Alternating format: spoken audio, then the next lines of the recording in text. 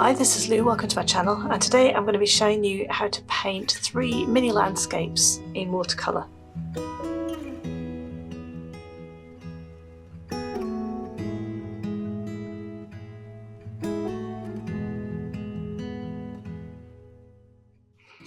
I've made myself a little travel palette, so I've decanted some of my normal watercolours in here, and I've got made myself a little swatch card with the colours I've put in there.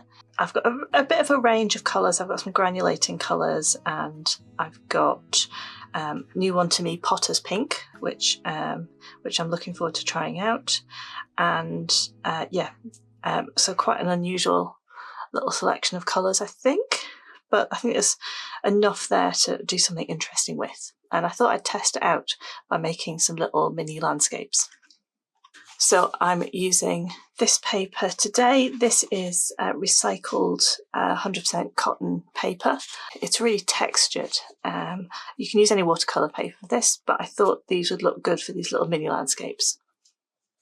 So what we're going to be doing are some really simple, washy, abstracted landscapes. These are really simple. You can do them in a couple of minutes, and they're really good fun for playing out with different colours and for trying out different compositions and things like that as well. So I'm going to be showing you a few today. I'm going to start with this one.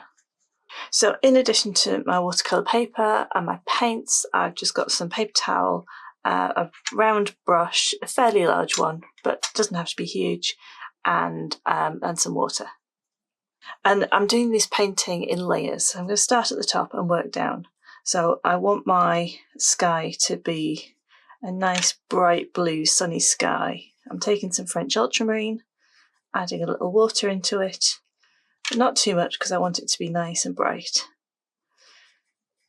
Now the paint's kind of moving around on the palette like this. That always happens when it's new. Don't worry about it, it'll just stop doing that over time.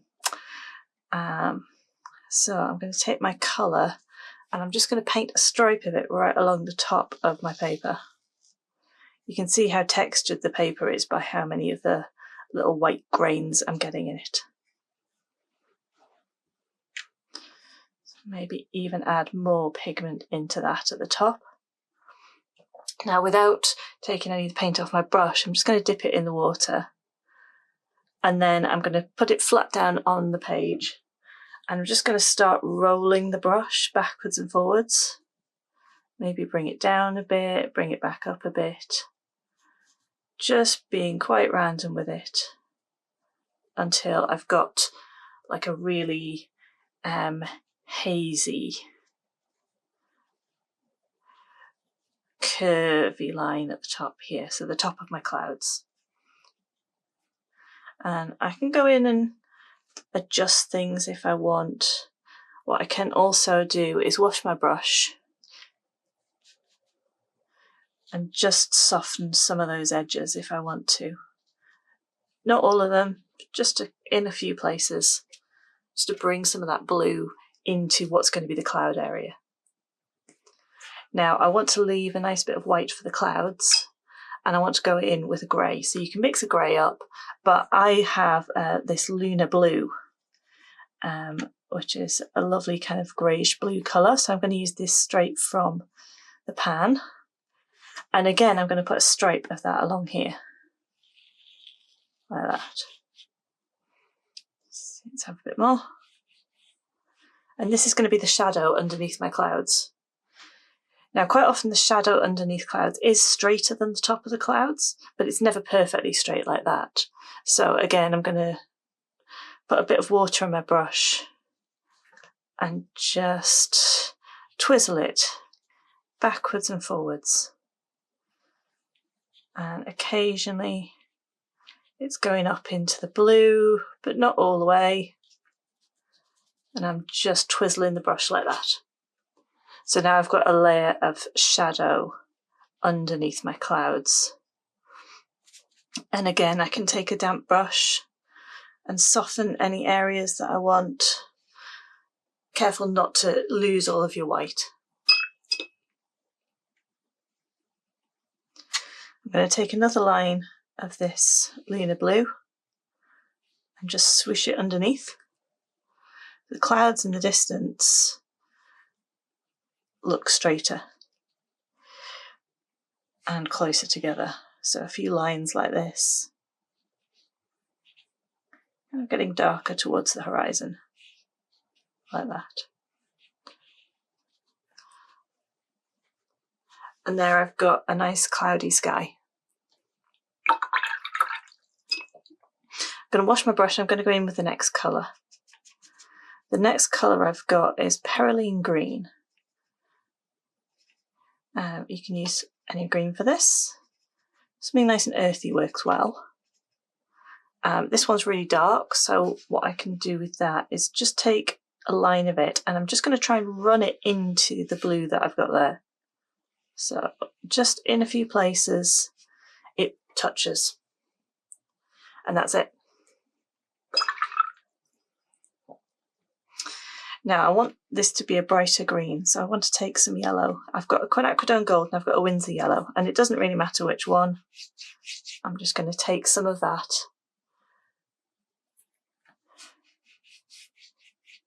swoosh it into the green and move my brush backwards and forwards, and I've created a field just like that.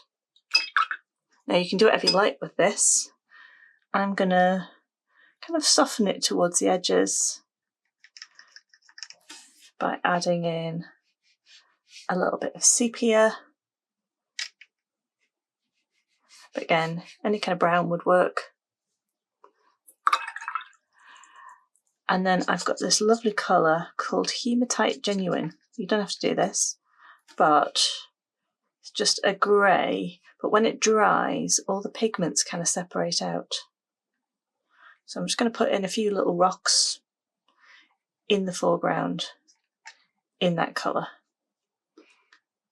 A little bit of water, spread some of that pigment out.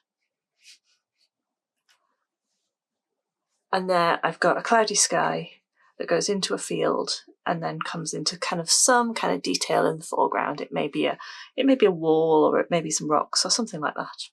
But yeah, really simple cloudy sky landscape. For my second landscape, I want to make a seascape. So I'm going to start with, I've got some blues in here. Let's just add a little more ultramarine into that and mix them all together. Now I want this to be like a stormy seascape. I want it to look like it might be raining, like there's a squall happening.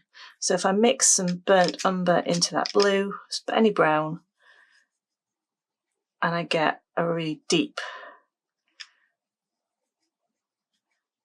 stormy blue. And I want a fair bit of this.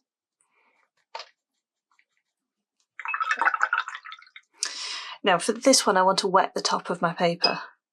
So I want to take lots of water, and I'm just making a puddle of water in the top of my paper. Again, just move my brush back and forth, and I'm going to come down about 2/3 of the way down. So I'm going to stop there. Get a bit more water on there. And if you've got a bigger brush, you can use a bigger brush for this.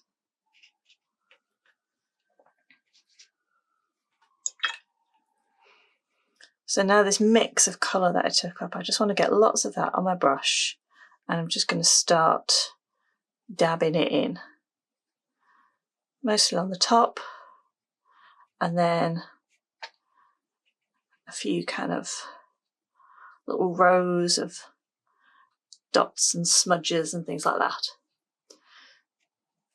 Now you could just leave this and all those colours will blend out, make a nice kind of cloudy looking sky, but I want it to look like it's kind of squally, raining a bit. So if I do a few swooshes across the page, just randomly like that, it starts to look like it's maybe raining, like that.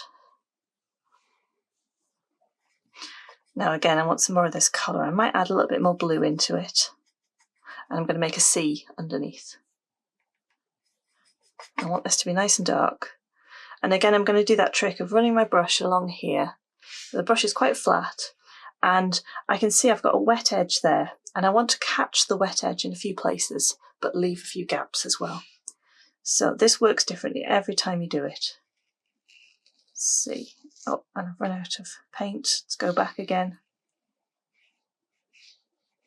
Something like that.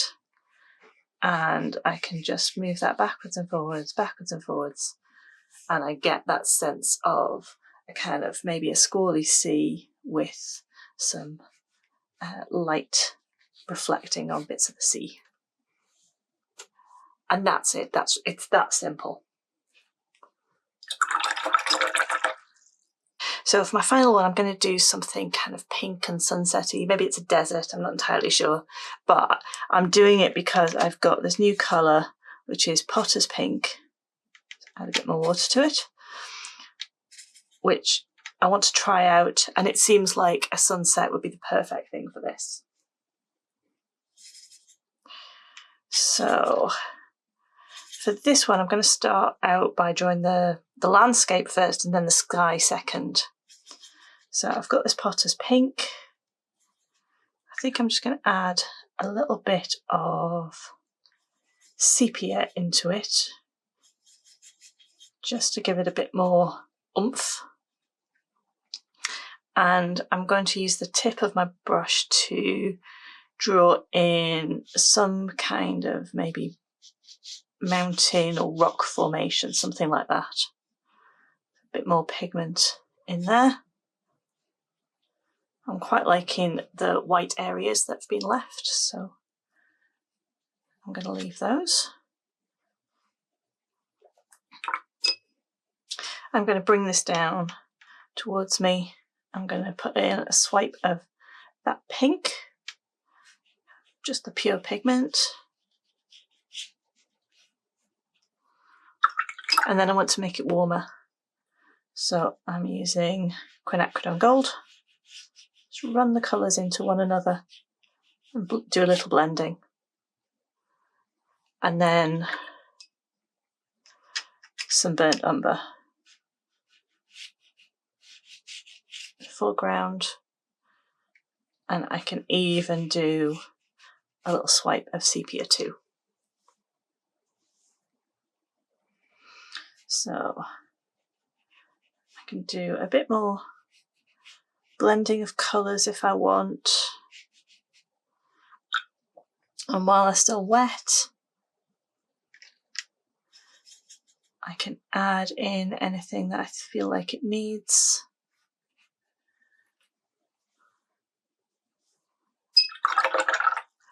And now I want to do the sky. So I'm going to start here and I'm going to come down, and I want to meet this this line of the rock formation, whatever it is, but I want to keep this line nice and sharp. So I don't mind it meeting in a couple of places, but I'm going to be quite careful not to not to run my brush all the way along it and just smudge that edge, because I like the sharpness of that edge. So I'm going to start at the top and work down. So I'm going to start with purple. Take some French ultramarine and add in that pink.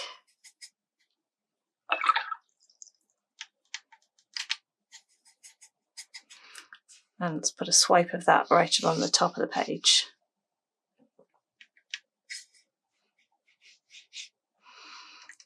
Maybe it's a bit blue at the top.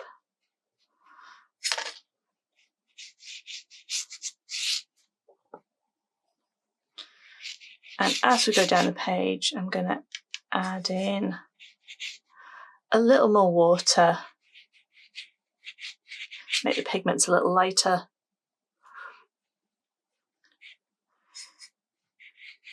And putting in swipes of colour and alternating between the pink and the blue.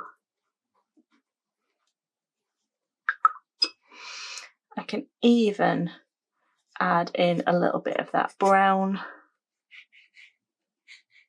but not too much.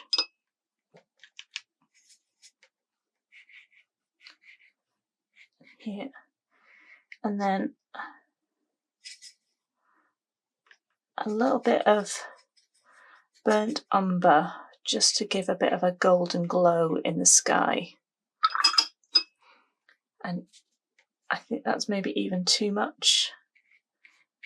To spread that out blend it around a bit. And I can very carefully touch the edge in a few places, but I want to make sure that I don't kind of blur that edge too much. I'm just going to use a damp brush and do a bit more blending in the sky. Move those colours together.